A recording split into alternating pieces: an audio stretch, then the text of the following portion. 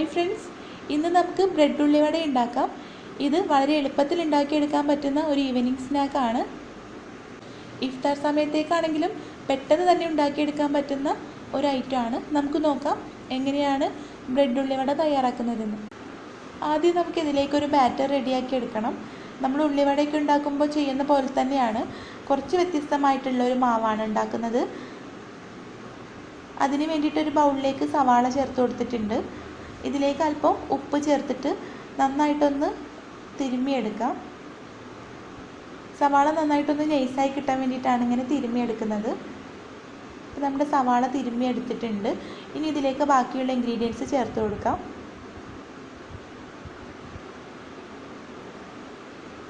ഇഞ്ചി ചേർത്ത് കൊടുക്കാം. പച്ചമുളക് ചേർക്കാം. 2 പച്ചമുളക് ചെറുതായി മുറിച്ചതാണ് എടുത്തിട്ടുള്ളത്. എരിവിനനുസരിച്ചിട്ട് കൂട്ടുകയോ കുറയ്ക്കുകയോ ചെയ്യാം. പിന്നെ ആവശ്യത്തിന് മല്ലിയിലയും കറിവേപ്പിലയും ചേർത്ത് കൊടുക്കാം. ഇത് നന്നായിട്ടൊന്ന് മിക്സ് ചെയ്ത് കൊടുക്കാം. ഇനി ഇതിലേക്ക് 1/4 ടീസ്പൂൺ മുളക് പൊടി ചേർത്ത് കൊടുക്കാം. കാശ്മീരി റെഡ് ചില്ലി പൗഡറാണ്, നമ്മൾ കളർ കിട്ടാൻ വേണ്ടിയിട്ടാണ് ചേർത്തിട്ടുള്ളത്. ഇനി ഇതിലേക്ക് ഒരു നുള്ള് കായപ്പൊടി ചേർത്ത് കൊടുക്കാം. നന്നായിട്ടൊന്ന് ഇളക്കിയിട്ട് ഇതിലേക്ക് മൈദ ചേർത്ത് കൊടുക്കാം. മൈദ ഞാനിവിടെ 4 ടേബിൾ സ്പൂണാണ് എടുത്തിട്ടുള്ളത്. നമ്മൾ 3 ബ്രെഡ് വെച്ചിട്ടാണ് ചെയ്യുന്നത്, അതുകൊണ്ടാണ് ഇത്രയും മൈദ എടുത്തത്. ഇതിലേക്ക് കടലമാവ് ചേർത്ത് കൊടുക്കാം. നമ്മൾ സാധാരണ ഉള്ളിവട ചെയ്യുമ്പോൾ കടലമാവ് ചേർക്കാറില്ല, പക്ഷേ ഇതിലേക്ക് കടലമാവ് ചേർക്കുമ്പോൾ ഒരു പ്രത്യേക ടേസ്റ്റാണ് ബ്രെഡിൻ്റെ മുകളിലായിട്ട് വരുമ്പോൾ. അപ്പോൾ കടലമാവ് ഞാനിവിടെ 2 ടേബിൾ സ്പൂണാണ് എടുത്തിട്ടുള്ളത്. മൈദ എടുക്കുന്നതിന് പകുതി കടലമാവ് എടുക്കുക. ഇനി ഇതിലേക്ക് ആവശ്യത്തിന് വെള്ളം ചേർത്തിട്ട് നന്നായിട്ടൊന്ന് മിക്സ് ചെയ്തെടുക്കാം. നമ്മൾ ഉള്ളിവട ഉണ്ടാക്കുമ്പോൾ കുറച്ച് വെള്ളം ചേർത്തിട്ട് നന്നായിട്ട് തിക്കായിട്ടുള്ളൊരു മാവാണ് ഉണ്ടാക്കുന്നത്. പക്ഷേ ഇതൊന്നും കൂടെ ലൂസായിരിക്കണം, നമ്മുടെ ബ്രെഡ് കോട്ട് ചെയ്തെടുക്കാനുള്ളതാണ്.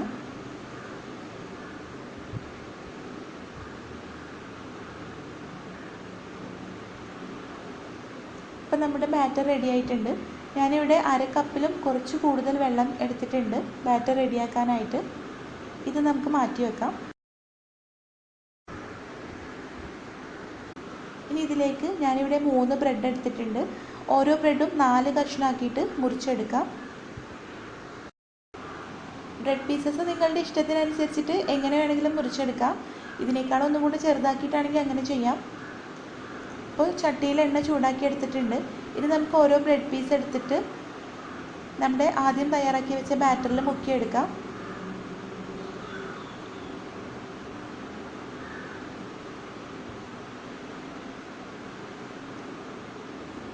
ഇനി ഇത് ചൂടായ എണ്ണയിലേക്ക് ഇട്ട് കൊടുക്കാം.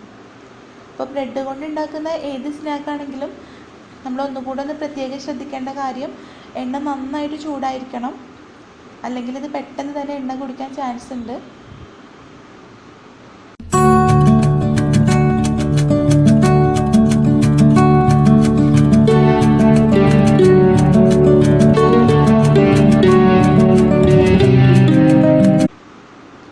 ഏകദേശം 1 മിനിറ്റ് ആയിട്ടുണ്ട്. ഇതൊന്ന് ലോ ഫ്ലെയിമിലേക്ക് മാറ്റാം.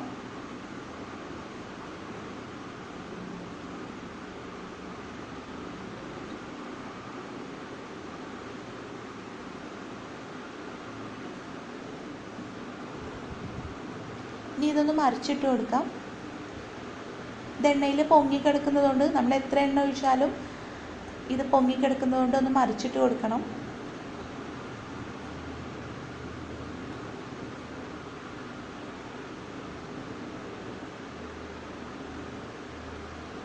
ഇനി ഇതൊന്നുകൂടെ ഒന്ന് മറിച്ചിട്ട് ഇതിൻ്റെ 2 സൈഡും നമുക്കൊന്ന് നല്ല ബ്രൗൺ കളറാക്കി എടുക്കാം.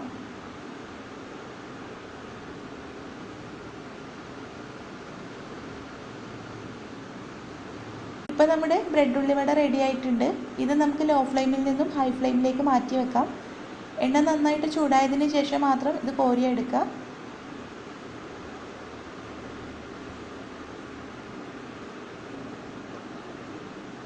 ഇത് നമുക്കിത് എണ്ണയിൽ നിന്ന് മാറ്റാം. അങ്ങനെ ടേസ്റ്റി ആയിട്ടുള്ള ബ്രെഡ് ഉള്ളിവട റെഡി ആയിട്ടുണ്ട്. അപ്പോൾ നിങ്ങളിതൊന്ന് ട്രൈ ചെയ്ത് നോക്കൂ, തീർച്ചയായിട്ടും ഇഷ്ടപ്പെടും. വീഡിയോ ഇഷ്ടമായിട്ടുണ്ടെങ്കിൽ ലൈക്ക് ചെയ്യാനും ഷെയർ ചെയ്യാനും മറക്കരുത്.